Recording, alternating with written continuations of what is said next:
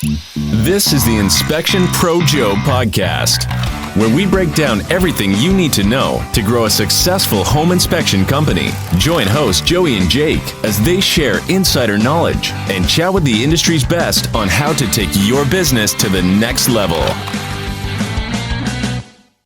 Welcome back to Inspection Pro Joe, episode 41. Today, we are blessed to have Nicki Williams, part 2. So Nicki, thank you for joining us again. Today, Nicki is going to discuss how to build your business with agent relationships, which seems to be a frequently asked question that we've been getting a lot here recently. So Nicki's going to come on to answer that question through a case study of Joey's business. So I think that it will be beneficial for everyone involved here, and especially our audience members who are asking those questions. So thank you for joining us today, Nicki. Awesome. Thank you guys for having me back. I really enjoyed it last time, so I'm pleased. Awesome. Thank you, Nicki, for being here. Awesome. Thanks, Joey, for letting me use you as a case study. Don't use me too hard. Always a pleasure. Yep. So it was a pleasure having you on last time. I think we learned a lot. So I'm excited to see exactly how you can break down making those relationships with the agents. So awesome. So what we always recommend for whatever your marketing is that you have a plan. So we call it a strategy or blueprint. And that includes agent relationships, because I think Joey kind of mentioned on one of our podcasts recently, you talked about, if you're just starting out, get out there and go to every single agent office and ask for a presentation, right? That was like, till you're busy. Yeah. So we got some questions back. I think, Jake, you were saying about how do I do that? What do I say? What do I do? And the sounds easy. Yeah. When I get the presentation, what do I actually do in there, right? Yeah. But even, Joey, that comes up for your business. I think even as a business your size, you as a business owner are always thinking, how do I get more of the agents we want, right? How do we get more of the jobs we want? So the question is, you start with that. So the number one step you do, there's, 3 steps we're going to talk about today. And the first step is the strategy and plan. So, Joey, in your business, what is the ideal agent for you? Like who, if you could just replicate that one agent and have 100, 200 of them every day, give her a name or give her a fake name or give him a name. Who is that person? Yeah, that agent is Sarah, who is doing over 5 to 10 transactions a year on the buying side. That's going to need me for a home inspection. And if I can duplicate that, then that's amazing. Yeah. To 100 times. So we want, producing agents, not the one-hit wonders. I mean, those are important too, but we want to make sure, especially from a retention standpoint, that we're retaining. So we have a way to attract agents, and then we have a way to retain those agents. Mm-hmm. And that's deepening relationships, especially, for us, it's been with teams. If they have a big team, well, we want to do things for those teams. One of the biggest things that's what we're doing is wine events. So we're inviting them to our office for wine events. And it's cost effective because we have a relationship with a wine vendor. And if we can get a good team that's doing, and when you do a team, they're not just doing 10 transactions a year, right? They're doing 20 to 30. And because we have an office, we're able to do it in-house. And that's just one of the things, The other is team presentations. And I've talked about this, going to visit offices with the goal in mind of getting a team presentation. And then the third thing that we're doing is I just hired a virtual assistant, and all they're going to be doing is calling agents and asking for business using a script, and not just asking for business, but giving them a major discount, $100 off of an inspection. And those are really the 3 things that we're driving in on. Continuing education is great, but who shows up to continuing education credits? Either agents who really need credits or the new agents.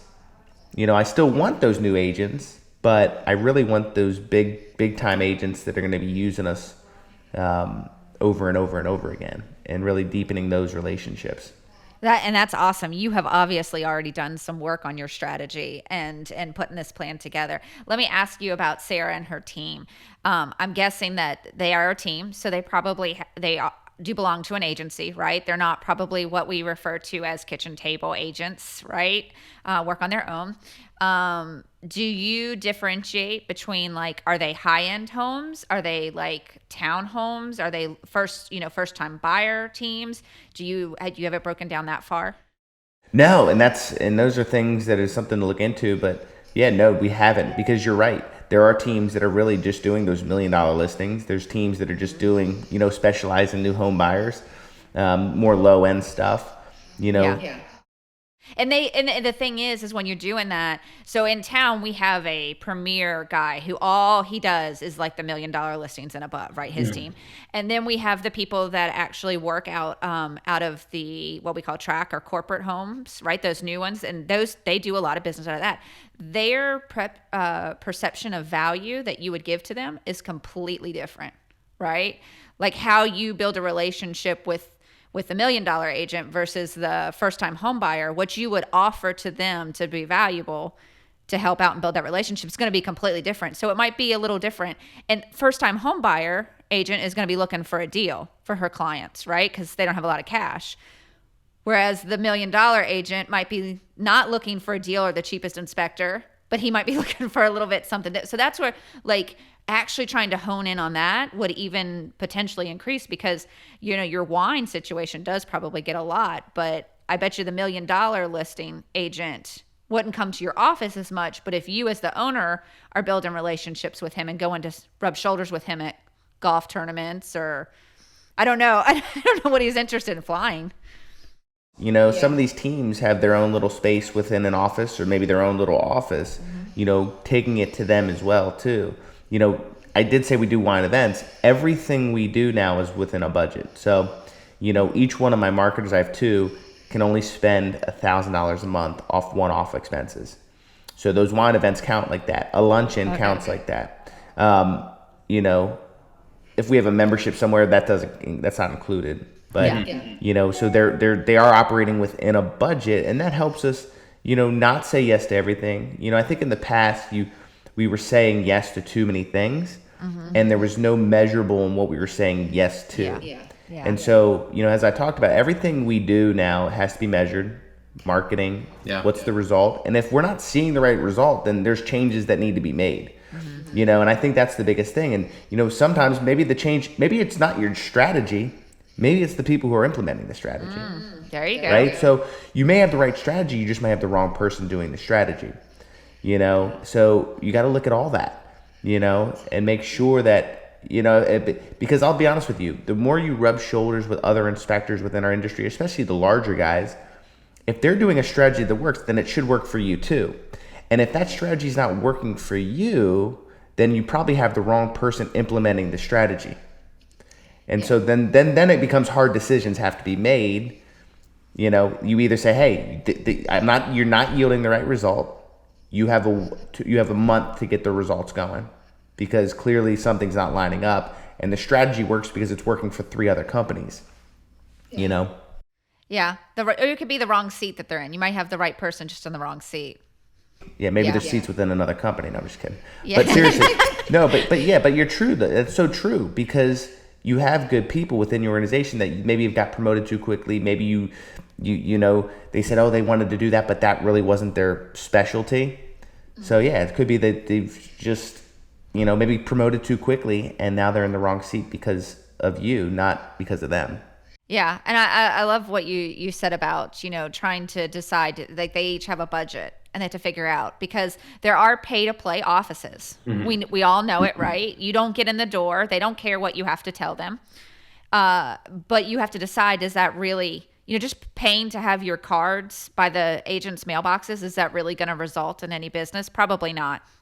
Paying to sponsor every event that they have, does that really yield you anything? Probably not. And I would throw a caveat in here: never pay for anything, never sponsor anything where you don't get to speak. I think that, why? Because it's opportunity cost. And I think that's where when you have a budget, you're saying, wait, is this money being best spent doing this, or could I spend that differently? Like if I can't get into an office, well, what can I do for free to get in that office? Well, I figure out who the agents are in that office, and then I pick up my phone and I call each one of those agents. Yeah. And that's why there's this VA with a script is coming into play. They're going to sit and call those offices. I'm not paying $500 to be a month to be a preferred member at your office. Yeah. Hell no. I'm going to have call for free, give extreme discount, and get those agents a different way. So by that budget, I'm working a little bit smarter, than just throwing money everywhere. Yeah. So that was the first one, Jake. It was strategy. Trying to think about who you want to talk to, who you want to get more of, where do you want to lie on the scale of business wise. So really trying to think through that, because that's going to help you in your next step. You need to know who that audience is. Yes. Yeah. And you got to get known. So I know you guys have watched Grant Cardone, and Brad loves to quote him. If they don't know you, they can't flow you. So like Joey's saying, how do we get known? Because those agents have to get to know his office before they pick up the phone and call, right? And schedule.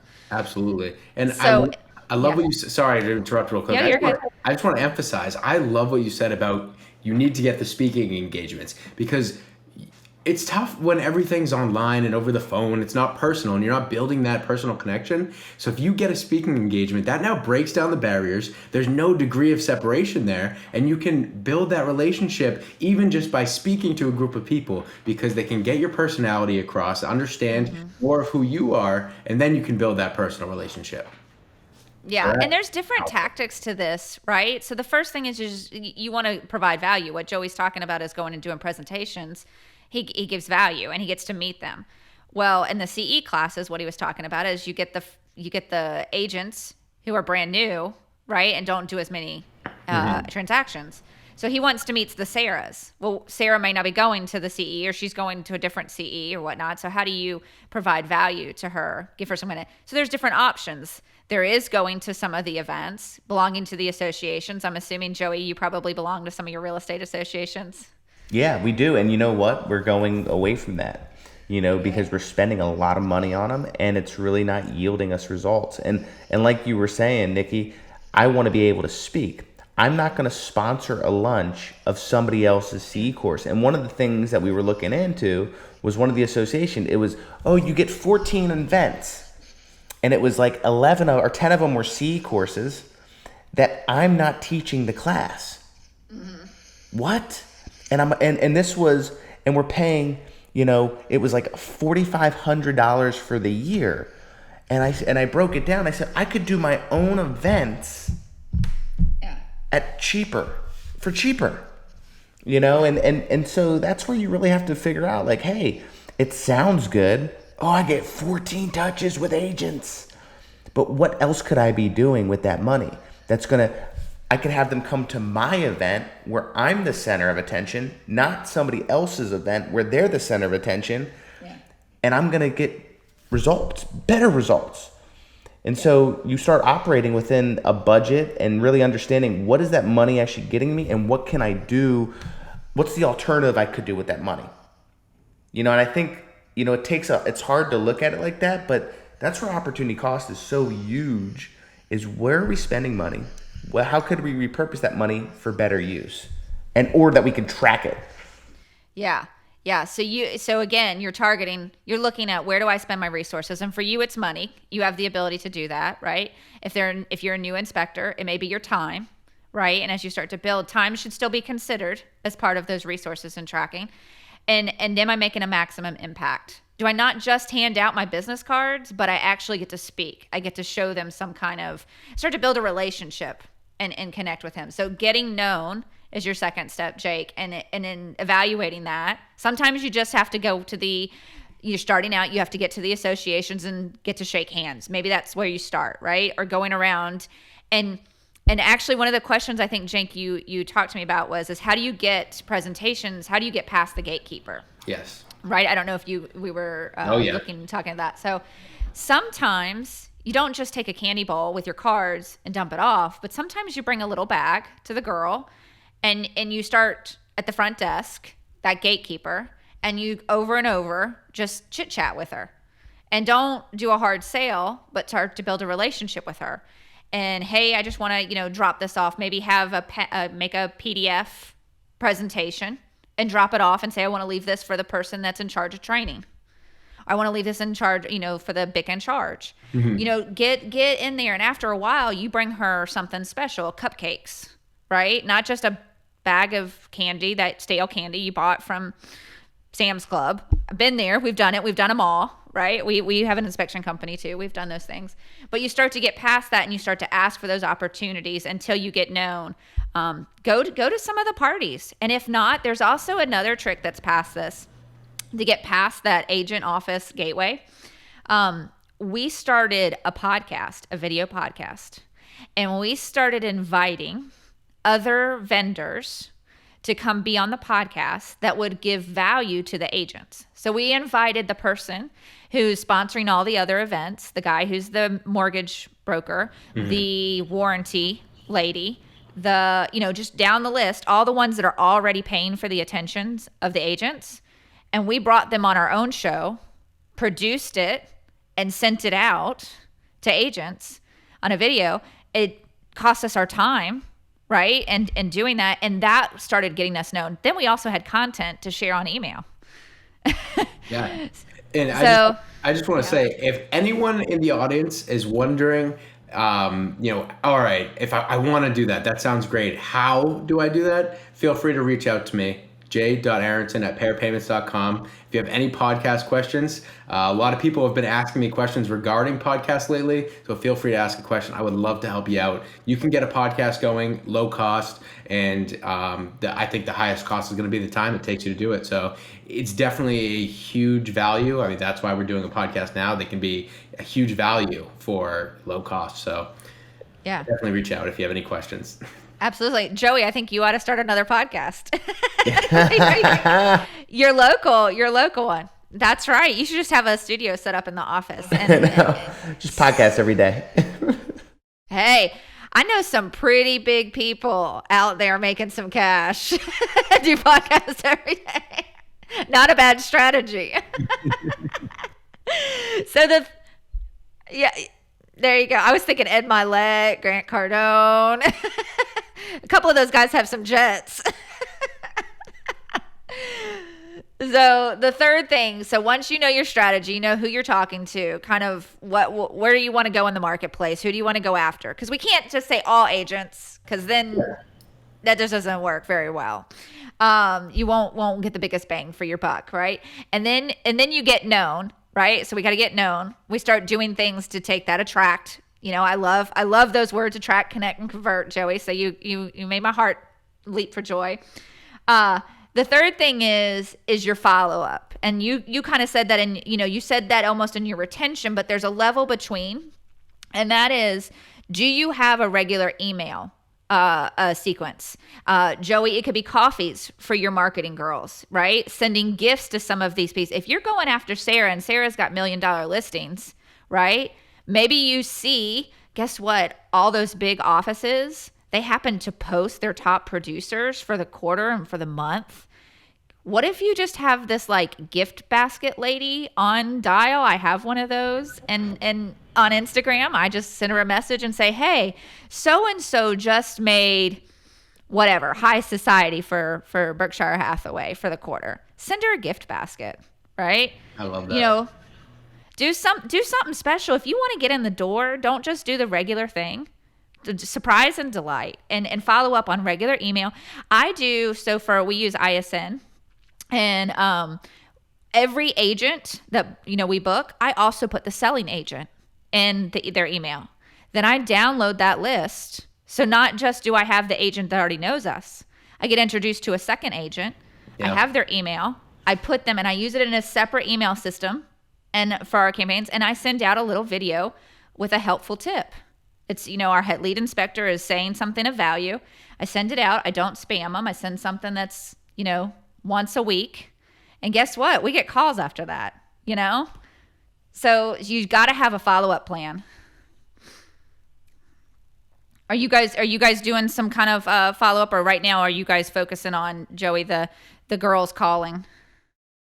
Yeah, I mean, we do just our generic follow-up emails, but nothing like that. So we're not sending gift baskets or anything like that. And that's an incredible idea, especially when I get this VA on board to be able to send something to them after a phone conversation to the big producers. I think it would be great. So I love that idea. But no, we're not following up in that regard. Yeah. So you have a list, right? How many agents do you have a list of emails? I have tons. Right? Yeah. And thousands. And some of them 5, 6, 7, 8,000 agents. Right. Wow. So the money's in the list. Yeah. Right? So Grant says hit the list. Hit the list, hit the list, hit the list. So once a week, if you had your VA write a valuable email, and all she has to do is, I'm sure you have like a team meeting with your inspectors, right?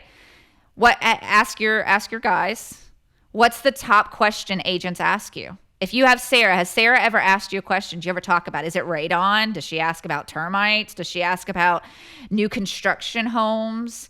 What's the top questions that Sarah would ask? And then make a short little video. Take the new iPhone, set it up on a tripod, and say, okay, Joey, answer this question. Yep. She takes that, she puts it in an email, she sends it out to the 8,000 that you have in a nice email. Hey, we get this question often. We want to help you agents out. You send it out, and hey, if we can help you, call us or schedule online. Guess what? Because all that's free. Doing a video, it's free marketing. Yeah, I love that.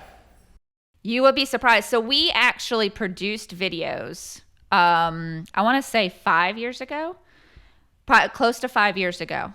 I am still sending out those same videos today. Yeah. And actually, we used it as an opportunity even to connect with our radon guy, our local radon guy, because we get a lot of questions about that. What is it? And I just say, hey, let me send you a video. Yep. He can explain it better than I can, right? So I even use it in the sales cycle of it with customers. I also tell agents when they call, hey, we have this library of videos that we produced. You can use them with your buyers, or and follow up. So that costs a little money to go through the process, but Joey, that's something that you could do to elevate you and make you stand out from the others. Yeah, and people love the videos. It's better than a description of what the service is. Hey, here's a video. They'd rather watch the video. Oh my God. And it's not some random home. Like if you sent out my videos, it's going to be my guys in our uniforms. Yep. That's not going to look right. But if you did it with your guys, now it's kind of neat. They get to see that. They connect because there's tons of videos out on YouTube. They're not looking for those. They want something that's cool and from you. No, exactly. And it could be more relevant based on your geography, where you are. Absolutely. So I think you use the style of house that you like, Sarah. So if you want to use like flip houses, and Sarah does flip houses, then use that. If it's $1 million listing, you use $1 million listing house. Yeah. No, that makes total sense. So that's one of the most important things about what you were saying on knowing who it is here that you're targeting, right? The audience is so important because of that, because of what to send them, how to talk to them, and also where to find them. Where do these people hang out that you're looking for? That's where you got to go. Yeah, that's why I always say start with a strategy. I mean, it sounds so simple. Just go talk to agents. But there's a lot of different offices and there's a lot of agents. And like Joey said, some of those ones, they're just going to do one transaction and they're gone.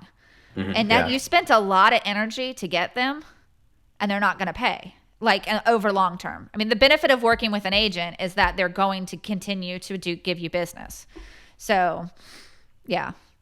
So I'm sorry, we have to take a quick break to hear a word from our sponsor. But when we get back, we're going to ask Nicki a few questions about some common obstacles and roadblocks. The home inspection industry is highly competitive, and you need an edge to stay on top. You certainly can't afford to give profit away for no reason. But what if I told you credit card processors may be overcharging you and robbing you of profits you've worked hard to earn? It's time to put an end to being overcharged for payment processing. It's time to take back your profits. That's why we put together a free report, How to Avoid Being Overcharged by Your Payment Processor. Head over to takebackyourprofits.com, download the report, and put an end to being overcharged for credit card processing. You've worked hard for your sales, and you deserve to keep it. What are you waiting for? Go to takebackyourprofits.com and download your report today. We are back with Nicki Williams. Thank you again, Nicki, for joining us. We really appreciate it. This has been a great episode so far to answer some of the frequently asked questions we get about building relationships with agents. So we do get a lot of questions. So I want to ask you, Nicki, what are some of the common obstacles or roadblocks that are really just an easy fix? Well, I think the first one is what do I say, right? So I think there's a lot of forums out there when you talk about presentations.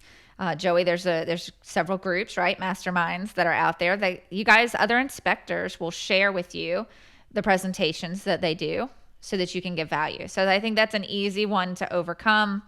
Lots of resources. If you are a size of business like Joey's, you can actually afford to pay for something to be custom done for you. That's great. But if you're just starting out or you're a one-man show or 1 to 3 man inspector show, you can share resources out there that's online. And I want to just touch on that again. Yesterday, well, our last episode, the one episode that's coming out a week before this, was with the Quins of CalPro Inspection Group. And one thing they said is that they borrow a lot of stuff. They use what's working. So that's something that I love. You know, you don't have to go reinvent the wheel. If someone's working, or if you know someone is having success in what you're trying to do with building these relationships with agents, go ask them what they're doing and see what you can borrow from them. And if it's working, it'll probably work from you. You might have to tweak it, but I think that everyone in this industry is so open to sharing that it's ridiculous not to ask. Yeah. And I think the biggest thing that I got from them is they create nothing on their own. They always use somebody else that's working and somebody else's business who's ahead of them.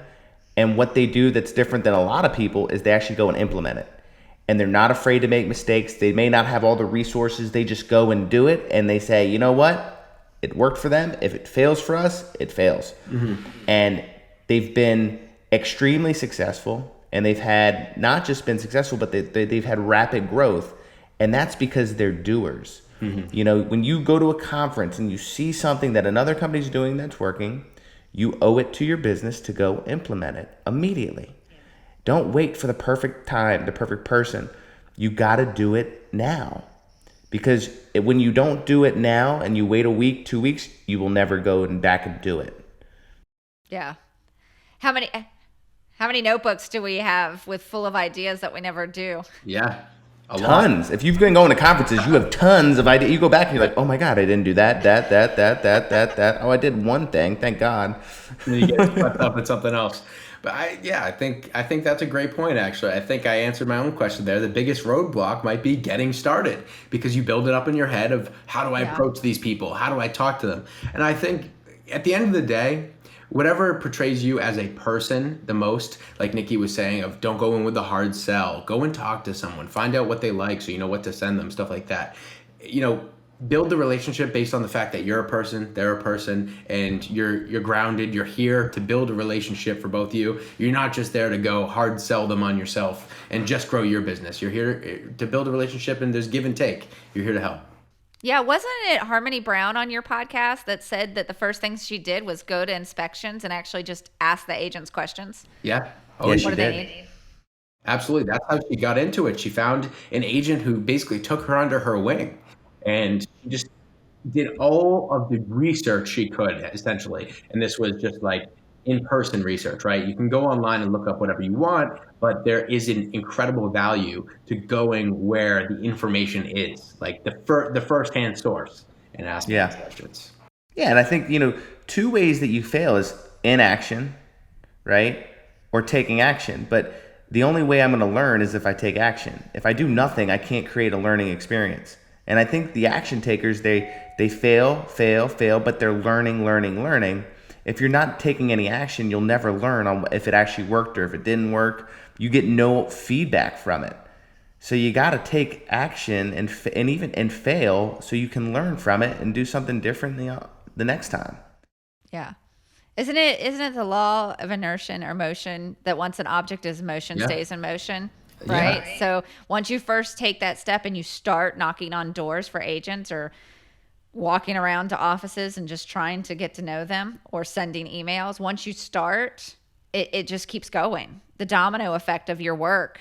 We've seen it for years afterwards. Still work. And don't be afraid to pivot. If you start and you fail at something, you just, all right, how do we pivot and keep going forward? Exactly. And I think that was one of the big things that Andrea and Glennon were talking about. It was like they call them pivotal moments. Yes. Right? Those are the failures that they've had to pivot and adjust. You have to be willing to do that stuff. And if you're not, then nothing will change and you'll fail. Yeah, absolutely. Great advice. Yes, and I was so impressed with how they do think of the learning experiences, not the failures, because you can iterate over and over again. Just start again if you have to. Just keep moving forward. I do love that sentiment there. Awesome. All right, so on the roadblocks, are there any roadblocks that you see once you get in with an agent or an agency and you get past the gatekeeper and you have a presentation? Are there any roadblocks to like converting once you have a presentation or once you're in the room?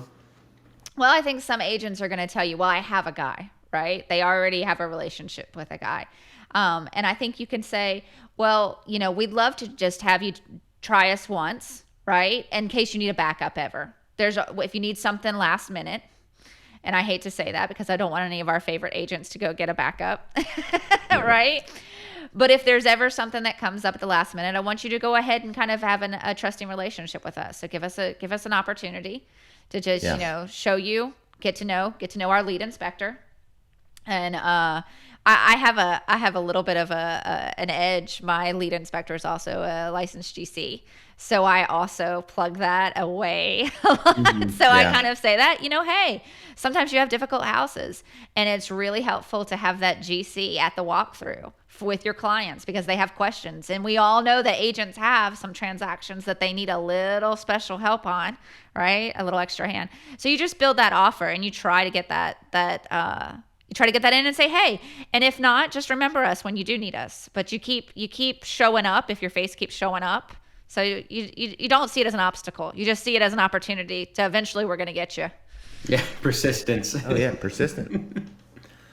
Absolutely. Yeah. You can't understate the value of persistence. Yeah, and if they become a trouble, and I mean, if they a roadblock to, if it's an agent that becomes a troublesome, right? You're like, oh my goodness. When they pick up, when they call, you just up the price. Yeah. It'll take care of itself. Isn't that true though? Isn't that true?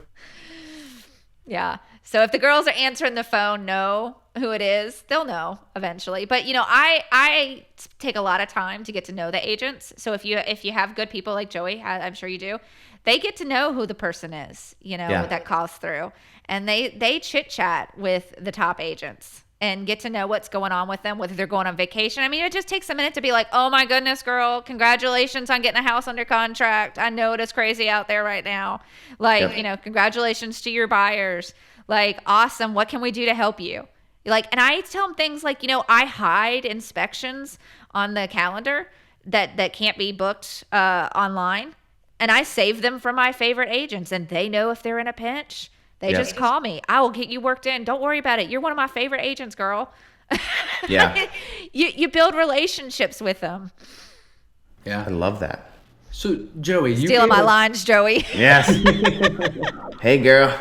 So, Joey, you gave us a few things that in the beginning that did work, that have worked for you and haven't worked for you. So I'm wondering if you could step in a time machine and bring yourself back to the beginning of your relationships with some agents. What were some of the roadblocks that you faced, and how did you get past those roadblocks?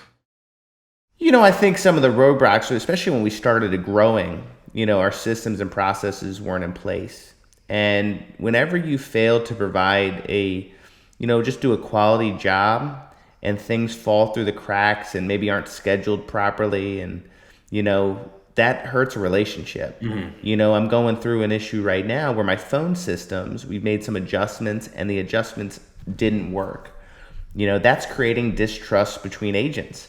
And, right after this, I'm going on a meeting I'm getting a new phone system put in place. I'm changing the call center that we use for backup, and I'm making some drastic changes that need to be made, because when there's long hold times, long wait times, you can't get somebody on the phone. Creates a lot of distrust. And I have a team of marketers that are working hard to build trust, to get those phones to ring. And when they don't, that's bad, right? And who would have thought that our phones would get like this after being in business for 20 years? So those are, you never know. And this is why you always have to have a pulse on your business. You have to make sure that you have the right people in the right spots to do things that are going to make sure your business runs efficiently. So things don't get out of hand.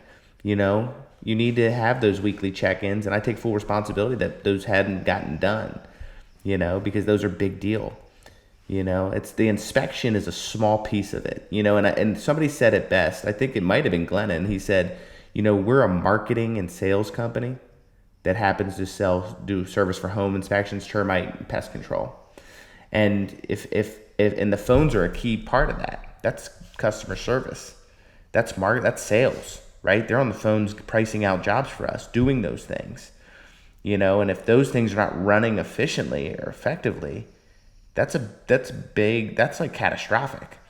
And so dealing with those issues, it's hard. Sometimes I lay in bed and I'm thinking, man, I can't believe I'm dealing with this, 20 years into business, but it is what it is. And the ability to adjust quickly and effectively is key, right?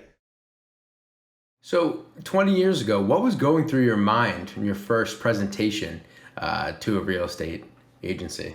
So honestly, my first presentation wasn't 20 years ago, but because my dad started the company 20 years ago. But one of my first, of course, you're nervous, you're in front of people, but what's crazy is now I'm not nervous. I mean, sometimes you get butterflies, but it's more exciting, right? I mean, I know what I'm doing, so. I even all the C courses, all the presentations, now it's like second nature for me because I've done it for the last 6-7 years. And was it because you just did it? You knew you were nervous, but you just went in and did it?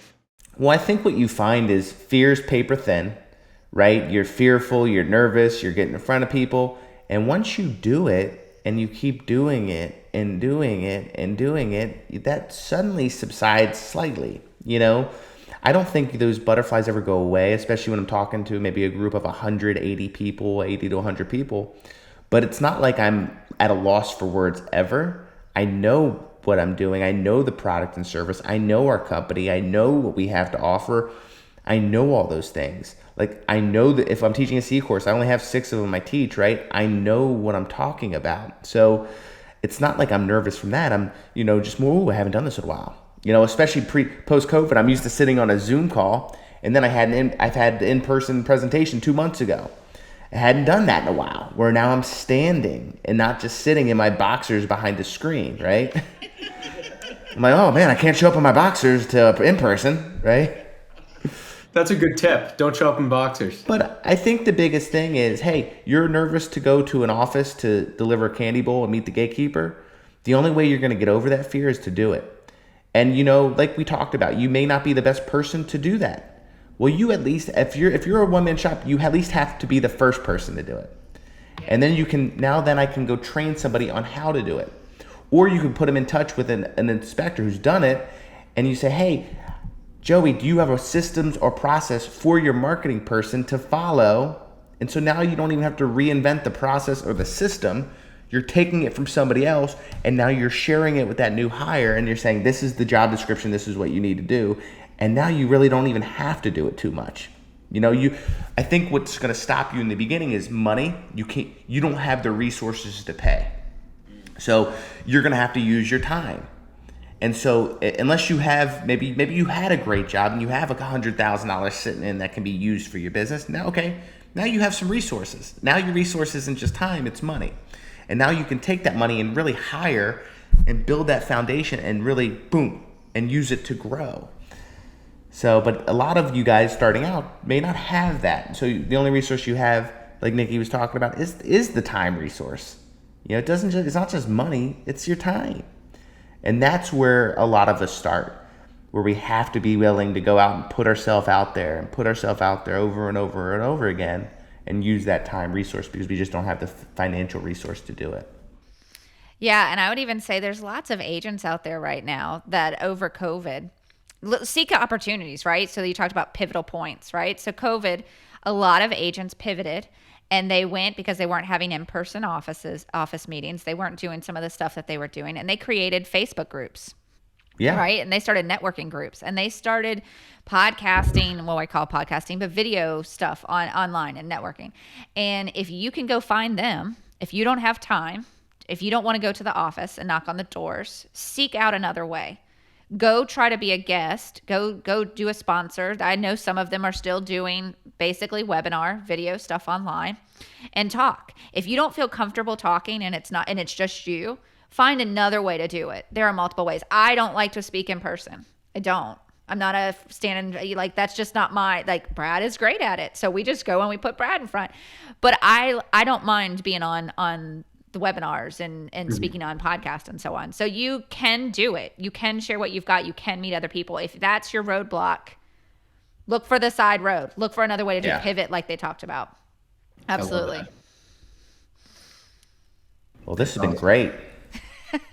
Yeah, thank you. I've enjoyed it. I like learning about your business too, and that's cool. And I know you guys are, Joey, you're part of a couple of masterminds, with some bigger companies. And like you said, you just you find out what's working for them. You talk to them, and you don't have to belong to a mastermind. You can listen to podcasts like this and get the goods from the inspectors themselves, right? Which is value.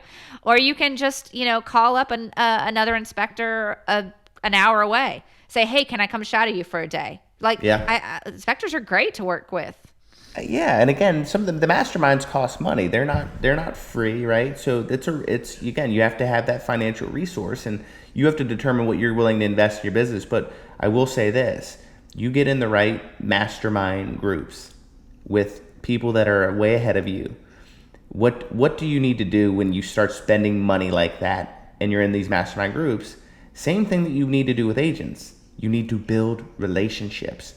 And, I think it was valuable with Glenn and I'm going back to them because we just had them on yesterday on a recording. Glenn and Andrea said they became friends with another huge company. So in the back of my mind, knowing what I know, there's no secret to their success. They've friended people and kept their circle of friends close, and now they're turning into their friends, and they have a big ass business. And they've grown at a rate that is insanely fast. That's insanely fast to go to $850,000 a year to $600,000 a month. And I truly think it's because, one, they're implementers, and two, they have a nice inner circle that they've developed, and they've friended people in these masterminds that have incredible sized businesses. And so they're the next in line when it comes to that. So we always look for the secret. There's really no secret. You got to copy what successful people are doing and implement it and have them in your circle. And one of the ways to do that is through a mastermind group. Not that we're advertising any mastermind groups here, but they're out there, and you need to do your research and figure it out. And if you want to message us to say, hey, what are the mastermind groups out there, we'd share them with you and say, hey, these are the top 2, 3 that you probably should be involved in if you want to grow at a fast rate. So go back and watch your podcast because you've had some people on, right? Go back and watch watch the podcast, man. I mean, and this is great, but the podcast gives you stuff to implement, boom, boom, boom. But really having out off the air conversations is valuable too. So it's really valuable. I'd call it success through osmosis, right? It's something Joey's talked about a million times. I've never called it that, but I just came up with that and I like it. Success through osmosis. Joey says this all the time. Get in with the people you want to emulate, right? Don't ask people questions if they're not where you want to be. Yesterday, Glenn and Quinn said it the best, right? He said you have to visualize where you want to be and then blow it up. Multiply it by 2. So really reach for the stars here and find who you want to emulate. And if that's the top of the food chain, do that. Find who you want to emulate, see what they're doing, and see what you can implement on what they're doing. I can't wait to watch this podcast. All right, it's gonna be awesome. Yeah. Oh, yeah, they this were one's great. That one was great. Yeah. Awesome. Absolutely. So thank you so much, Nicki. This was an amazing podcast. We really appreciate it. Is there anything that you would like to leave the audience with, something that they should maybe do tomorrow? I know just we can reiterate the steps real quick. Make a plan of strategy, get known for your value, and then follow up with value. So my number one challenge is, because I hear a lot of these people say what they've already done, and Joey, the one takeaway I have for you is you need to have an email list, an email campaign list going. You need to be, that is a gold mine. Those 8,000 agents is a gold mine, and you could probably see an uptick real quick once you get the phones fixed. Yeah. After that, that would be my number one takeaway, which is this is what we do with businesses. We sit down and we look for where's the golden opportunity to get the maximum impact right away. And that would be just on our conversation. That would be my first easy, low-hanging fruit. Like, follow up, use those emails with value. With value. No, that's great. I love that. All right, so thank you, Nicki, and we really appreciate it. We're going to have you on again. I think that these episodes with Nicki have been very insightful, even for Joey. I think Joey's learning a lot here as he did a case study on his business. Oh my God, I learned so much, and I learned so much through all the guests. I learned so much through the questions that come in on Instagram, through people that are sharing feedback. Please continue to do that to our listeners. We love to hear from you. We love to engage with you. We want that. This isn't just about, Joey or Jake sharing their knowledge on this show. It's about the guests we've have on that we're all learning from together. And so if you guys we want your questions, we want, what topics you want us to cover, because that's going to make every single one of our listeners and the people involved better, stronger, and it's going to help create a better industry for everyone. And that's really what we want. A better industry for us all to make money off of, to grow in, and to give us the lifestyle that we want. A rising tide raises all ships. Amen. All right. Awesome. Thanks for having me. Thank you very much, Nicki. Thank you, Nicki. We appreciate it. So thank you, Nicki. Thank you to the audience. And keep engaging on Instagram. Like Joey said, we love it. Reach out with any questions you have. We love to help you wherever we can. So again, thank you, Nicki. Thank you to the audience, and we'll see you next week. See ya. Thanks for listening to the Inspection Pro Joe podcast. If you haven't subscribed, go ahead and smash that subscribe button. And don't forget to hit the bell so you won't miss our next episode. This episode was produced by Jake Aronson. This has been a Pair Payments production.